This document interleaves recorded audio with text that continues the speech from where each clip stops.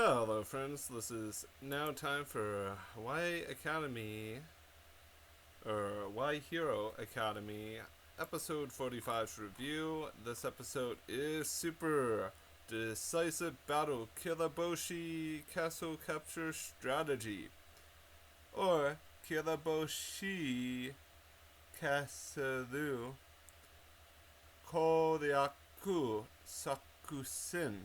This is the 45th episode of Yokai Watch Jam, Yokai Watch Y Academy, Close Encounters of the In-Kind, originally released in Japan on November 13th, 2020. This episode was presented by the episode sponsor Stark Industries, aka Austin, aka, I guess, YSP Hunter Club. That was the old handle for the channel.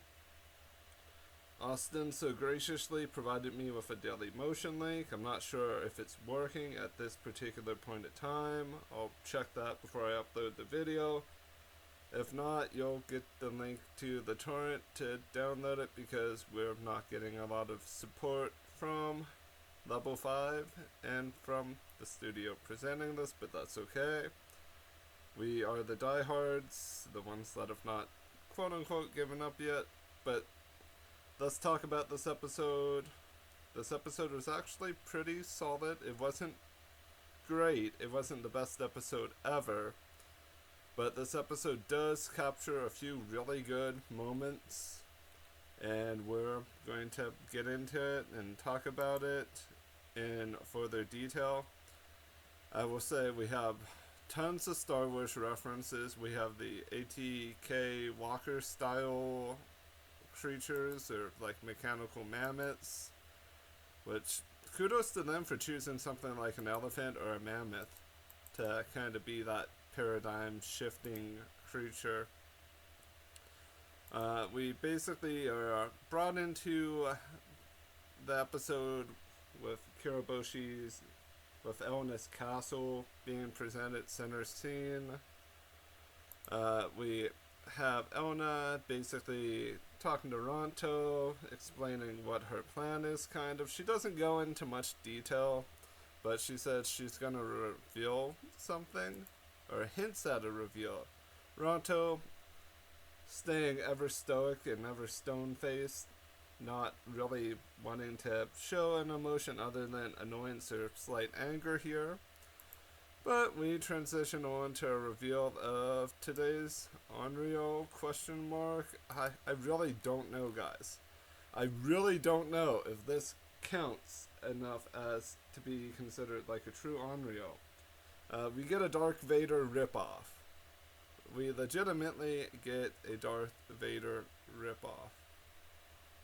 And we know it's our boy Dober in death. But that's... it kind of doesn't matter, because sadly this episode has him basically getting quickly dispatched.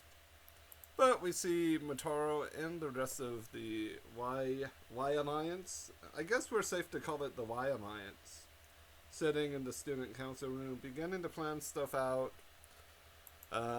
We have a cute Fubuki moment where she kind of gets all excited about the robotic suits, basically their equivalent of stormtroopers, to kind of combat Elna's army, or Elza Meika's army. So we get to see a little bit of excitement from everyone. We then shift scenes back to Elna and Ronto, and they're having chicken. And Elna mentions how juicy and delicious it is. Ronto's not really having much of anything. Elna is then basically brought full circle by getting an explanation that, yeah, we have some enemies at our gate, or enemies on our property. Do you want to do something about it? Elna just kind of shrugs and says he'll take care of it, or implies he will. Each team gets a moment to shine here. We get Team Junpei Chiaki and our boy, the Viper. Yeah, I'm using the Viper as the name right now, just because I botched Nozu's for the full name. I apologize. We shift back from Junpei stepping on pink poop, because in Japan poop is pink, because Digimon logic applies to all series with collectible monsters. So after that shift, we see Elna basically saying, coming soon, in the next 20 minutes you'll see something going on here. Isn't that right, Ronto-kun? And I want to say that there's a lot hinting at them potentially being siblings. I want to say that right now. This is just a theory. No, I'm not going to say just a game theory. It's just a anime theory. Because Naruto's sister being taken, Elsameka being a thing, both having magical space powers. Coincidence? There's really not that many similarities. But it is a possibility that Hino and friends could go that route, just to bring us into some form of closure. Kind of like Astronema and I can't remember the guy's name from Power Rangers Lost Galaxy? No, Power Rangers in Space. Andros and Astronema. Some sort of closure like what they got, like a team-up closure. Everyone's henching or transforming into their hero form, except for Junpei, because everyone is mad at him. But Bakela eventually decides, yeah, I cave, I'll help you. We get attacks from Chiaki, Shishio, Little Commander, Clock Lady. T-Dine is doing the dirty work by having to dig underneath the castle to cause some sort of an interruption. We learned that this plays a much bigger role than what we really consider it would at just a glance. Also, those laser swords on T-Dine's wrist are kind of reminiscent of like assassin blades, like hidden blades, which that could be really cool if they play that off. Besides in that cyclone spinning attack, like if they could play something off with that sort of weapon or energy, it could really give T-Dine some pretty solid moments. Like maybe a hidden blade to the gut of an Onryo or something, or to the chest. We get a little moment between Motaro and Titus. No, he is not hungry. I'm gonna make that reference every time, because Final Fantasy X, Titus. But we shift screens yet again with Shishio and Little Commander taking over the command room, disabling everything basically to allow for the rescue teams, aka Team Purple, Team Kitsune, and Team Clock Lady to enter the building. But surprise, surprise, Darth Vader. It's not really Darth Vader because copyright, it is actually PD700RS. But we know it's really Dover because of the Mekatio talk and wanting revenge on Mekatio. So, nice try, Hino and friends, but that wasn't good enough. We saw right through the plot armor that had you basically dismantling this boy as if he is Chop Suey. Or Legos. Legos is probably the real deal. Basically, we then jump scenes yet again with 9 minutes and 43 seconds left on the clock, and we have the new and approved Ronto action figure available for that nice price of 1,000 yen. I'm exaggerating with price because no price was mentioned. We then shift scenes again to Kirihoshi's super laser drone. At least that's what I will be calling it. It has a laser pointed directly at Ronto. But then we shift scenes again to the most epic swordsman showdown of anime history. I exaggerate because that's going to be Zoro Mihawk in the future.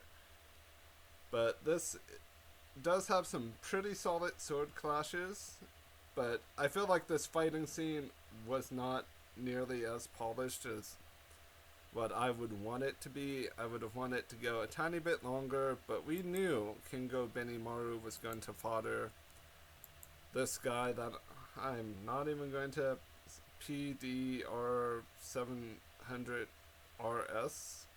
We knew that it was going to be foddered. We knew that there's no way Junpei can lose anymore because I've honestly given up on anime logic applying other than main character anime logic. Blue Pond is now a shield, and Guromi is now a really cool looking sword. So, Kengo Benimaru is now a samurai, which is really cool. Elsameka kind of gets a little bit of a taste of the power of Kengo Beni Samurai Maru. So, like, they don't actually clash or anything, but we get to see the expression on her face of shock and annoyance. Ronto is just about ready to be made a action figure when T-Dine's tunneling skills paid off and the entire ground shifted, causing the castle to tilt slightly, causing the laser to miss, causing Elsameka to retreat, leaving her castle area in complete destruction and disarray. How exactly do we feel about the episode as a whole? It's good minus some really awkward Junpei moments with him pantsing himself in front of Nayu and him stepping in dog poop, because heaven forbid we have a Yokai Watch episode string longer than like 15 to 20 episodes without someone stepping in poop or farting or doing something Junpei-ish to bring the demographic back down to being the 7 to 8 demographic from being the 10 or 11 plus demo. But I'm not going to complain about that. I'm just bringing up the fact that I feel like they have to do that, but Hino and the director should know that they don't have to rely on that to get cheap laughs. They have some really nice onomatopoeias and things that can flow pretty well, that can be some natural comedy and still translate the meaning of haha this is funny in other languages if this ever would be localized. I would probably give this episode a very solid 8 out of 10. I wanted the Onryo to not be completely destroyed. I wanted to see Elsameka kind of fight a little bit. Because right now, we have to admit, Junpei's at the point where he's kind of power creeped everything. The only thing that could kill Junpei is if there was no oxygen on Earth. Legitimately, that's the only thing that can kill Earthwalker. Unless Earthwalker produces oxygen naturally. Like, there's no way of being able to beat Junpei. And also, I just ran into a shiny Electabuzz in Pokemon Go. Today's Community Day, by the way. So, yeah. Shinies do happen in Go. And I'll talk about the episode another minute or so. And, like, I'm pretty content with what they're doing now. It seems like they're trying really hard to stay on a stable course. I do still have the feeling that come like episode 52 or 53, they're just going to end it out of nowhere. I don't know what else they have left after Mizera, because isn't Mizera going to quote unquote be the true alien threat? Because we know Elsameka is kind of gonna be foddered once the appropriate upgrades and appropriate combo attack are hit. I mean, I'm not saying she is bad by any means or that her character isn't good, because I really like Elsameka and Elna. I feel like they need to really push and build her, because she is such a well-designed character as is. I had wished there in the beginning that we would have gotten some more of her just as a side character within the story to really build up some form of friendship or bond with the group before going full on evil space magical girl magician of chaos. Yes, I just spouted off a bunch of things to build Elna up and put her over as a villain. I mean, that friendship betrayal would have been big for Yokai Watch. You guys have to admit that some form of friendship betrayal, that would have really crushed Junpei to a certain degree. Or it could have had the Luffy effect where Junpei would want to befriend her regardless, but yeah, I feel like they could have done a little bit more during the early part of bringing Elna into the story, but this episode really shows that they are wanting her to have a very nice pivotal role, that Motaro is also going to have a very nice pivotal role in the episodes to come, and that makes me really happy, and I hope we get to see some crazy stuff moving forward. But I want to thank you all again and tell you to have a fantastic week, and I'll talk to you guys in the next one. Bye bye.